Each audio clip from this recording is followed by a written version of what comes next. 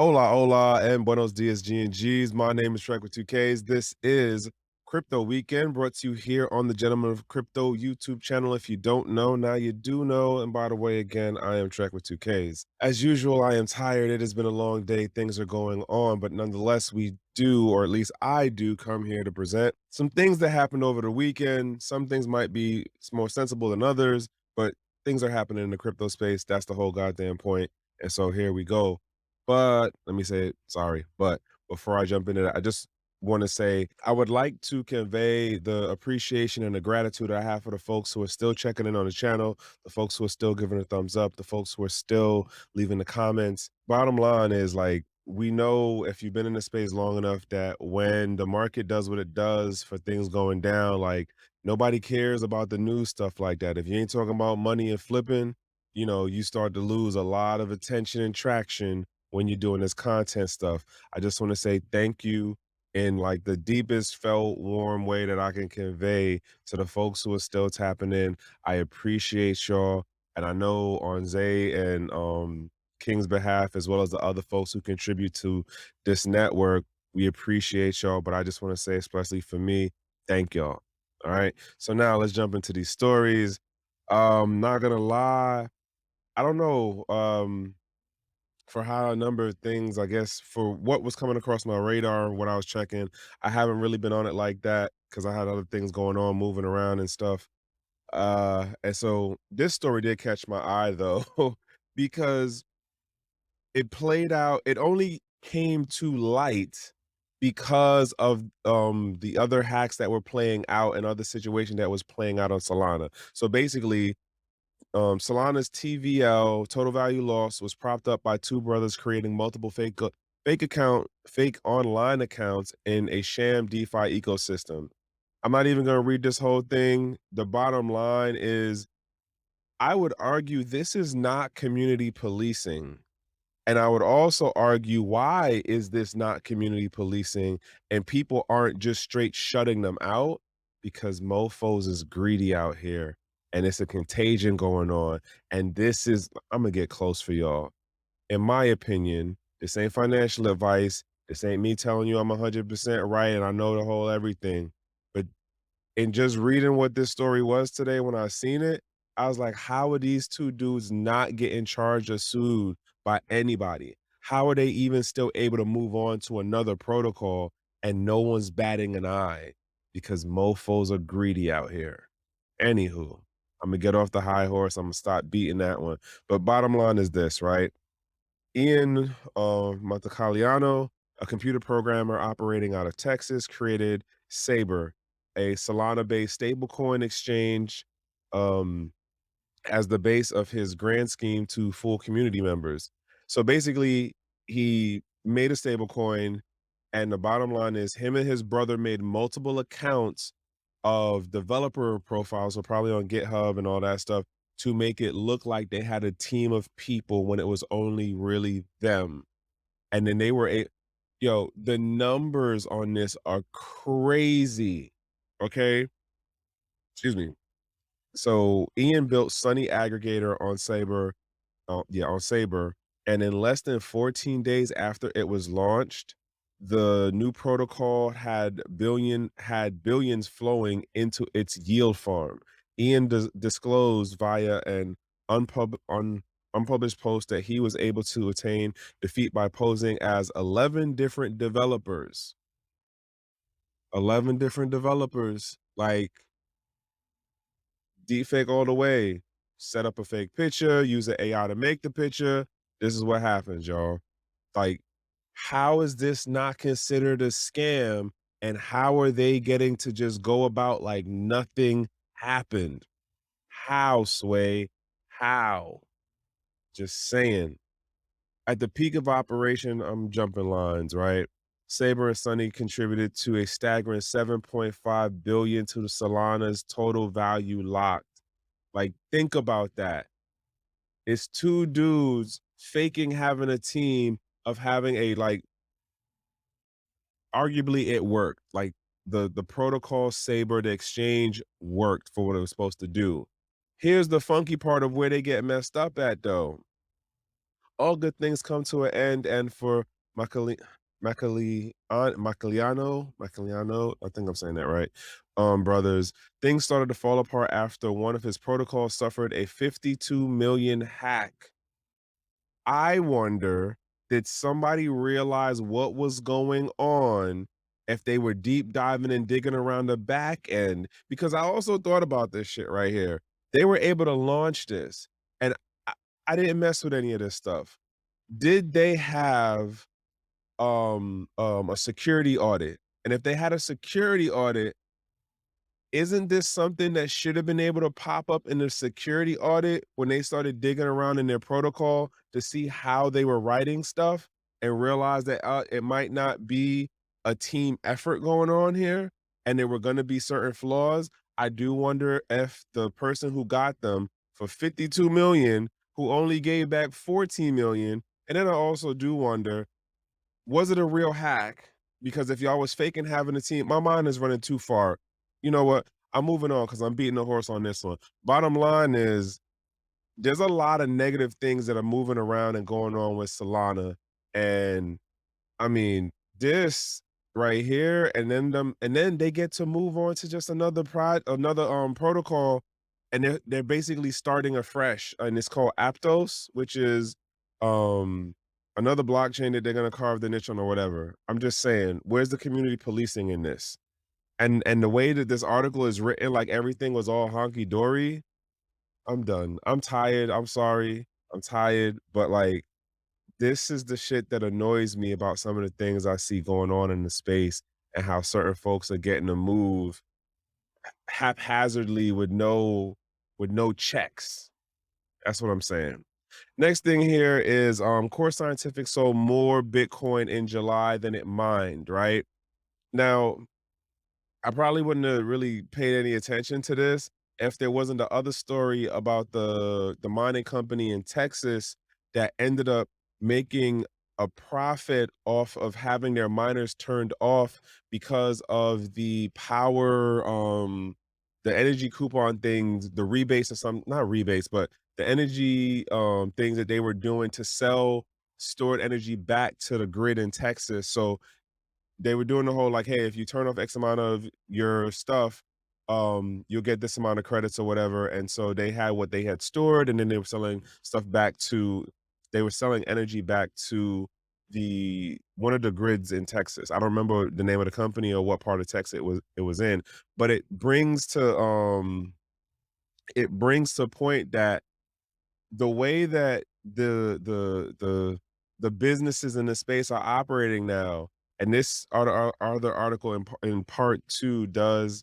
reiterate that of it's not about the ethos. It's not about, the altruistic, virtual signal views of cypherpunkism, all that shit. Like, no, these folks operating these companies don't care. The company in Texas literally has a strategy for being able to make money while the machines run and while the machines are off.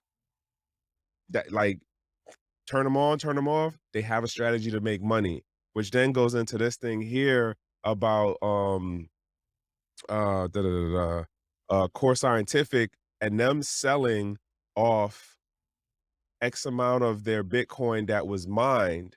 Now, what they did, which I think this is interesting, they didn't sell the hardware, right? So they sold it to deal with paying for bills and stuff right now, but then they also ended up having to increase their data center capacity and paying mining rig manufacturer Bitmain for another 100,000 mining rig order that was in 2021. So I don't know if they got all of those within 2021 or was that like spanned out over X amount of months into 2022. But at the end of the day, they increased their capacity to be able to mine, which reminds me, there's another mining story that I got that comes up after this one. Um, so you have it that, yeah, they might have sold in this down part right now, but they're also increasing their capacity and technical ability on the back end so that when the things roll back up, they're gonna they're arguably they're doubling down and taking a long position, not financial advice, just saying if they're investing in the hardware and they're making sure they're able to make it through the crypto winter period right now, they're looking to come out on the long term of this in next year and all of that, and even better, and be able to dominate the market, or at least dominate their sector, or expand their ability to get more mining rewards in the coming years. And that's the basic thing of what I wanted to say about this one. So it came out, like I said, that they were selling more of the Bitcoin than they were mining, quote, because they had stuff in reserve. They had like over 80 million in reserve on like liquidity and cash. So the company's in arguably a good position to be able to do what they're doing to position themselves for the long haul of this whole thing. Now I jump into this next story. So some researchers say that there was a consensus level attack in relation to Ethereum. Um, basically, what are their names? The research paper was published by the Hebrew University in Israel, and it hasn't gone through the whole peer review part yet. But at core, the paper highlights an issue where miners can change the timestamp related to a mine block to avoid increased difficulty at on the network. Now, there's a book called The Block Size Wars. Look into the block size war, and this makes total sense as a thing. Um, the bottom line is they're saying, hey, F2 pools, if you know about who the minor pools are, F2 pool is one of the, I think, top 3 or at least top 5 pools globally if you're into mining, and like especially on like the proof of work side, which I'm curious as to basically how this is going to work out for when Ethereum switches over. So for right now, their basic thing was like, hey, we've noted for all the publicly available information that it seems like F2 Pool was the one messing around where we could like relatively identify it. Again, this report was not put out in or gone has not gone through the peer review process yet from other folks, but nonetheless, I would say based on how I understood what was going on during the block size wars, this seems like a very viable thing. So heaven knows how this is going to play out when Ethereum crosses over fully into the whole merge in Ethereum 2.0. But I just wanted to throw that out that this report came out over the weekend. Um, and yeah, you see what side it is. You can definitely dig in on that. Now, jumping over to this next thing, Coinbase is getting sued. Like, I feel like they are going through a real rough patch right now, and it's not like I'm like, "Oh my god, oh no, not Coinbase." Like, in some ways, I'm like, "F Coinbase." Um, but for how this particular thing is going, it's just like, what King is AB saying? Like, yo, you go through kicking like once you see the dude go down, you just run over and then like you get your little 2 kicks in. Like, this is what this looks like, and it's basically a company, oh sorry, law firm. So August 4th, what is it, 2 New York-based law firms, which are Bragar, Eagle, and Squire, and Pomerantz LLP, filed a class action lawsuit against Coinbase Global in the U.S. District Court of New Jersey. The lawsuit alleges that Coinbase misled the public about its business activities and compliance policies as it relates to claims on customers' assets in the case of bankruptcy and issues of trading unregistered securities account. So if you remember, a couple months ago, it happened that there was the public disclosing that they had to do,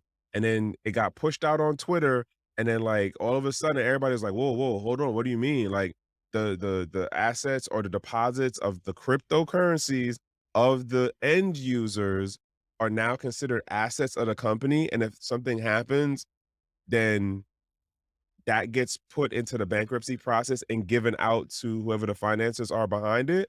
Holy smack. But who wasn't saying that like how far back? Coinbase was working to operate like a traditional bank, and that's how traditional banks work. Screw the little guy. But nonetheless, this isn't me telling you financial advice. The point here is there's another lawsuit happening. It doesn't mean that me and you's gonna walk away with anything. It just means that there are more things happening to set legal precedent on how centralized exchanges are being pushed further and further into the category or operational ability or function of traditional banks. If a joint go under, if enough lawsuits happen, guess what? It's screw the little guy. It's gonna be about the people who was higher up on the value food chain, and arguably that's just the way it goes. As far as the security thing, Coinbase is still trying to argue out that they haven't been doing any registered securities. So that whole situation with the SEC and SEC, if if XRP loses this, this will definitely affect Coinbase. So arguably, we really hoping that XRP wins out on this one, right? But jumping on to this next thing. And I jumped on this last story right here because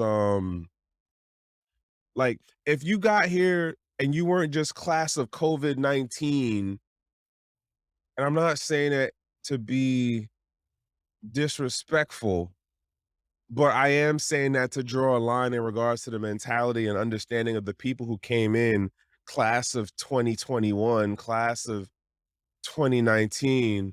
If you was here in like 2017 and 16, like you remember, like people was using Doge because it was faster and cheaper as a transaction layer. So you would convert your Bitcoin or whatever other higher value thing you had, push it over on the Dogecoin side, boop, send it to where you had to send it, convert it back over, and then like it was in no time. It wasn't going on like the stuff you have now with like Ethereum and Bitcoin and like Polygon's relatively fast too, but the point being is that what Elon is talking about with Doge being um, having its utility as money, people was already doing this before Elon came into the picture. This article is arguably this, this right here, product placement. That's it.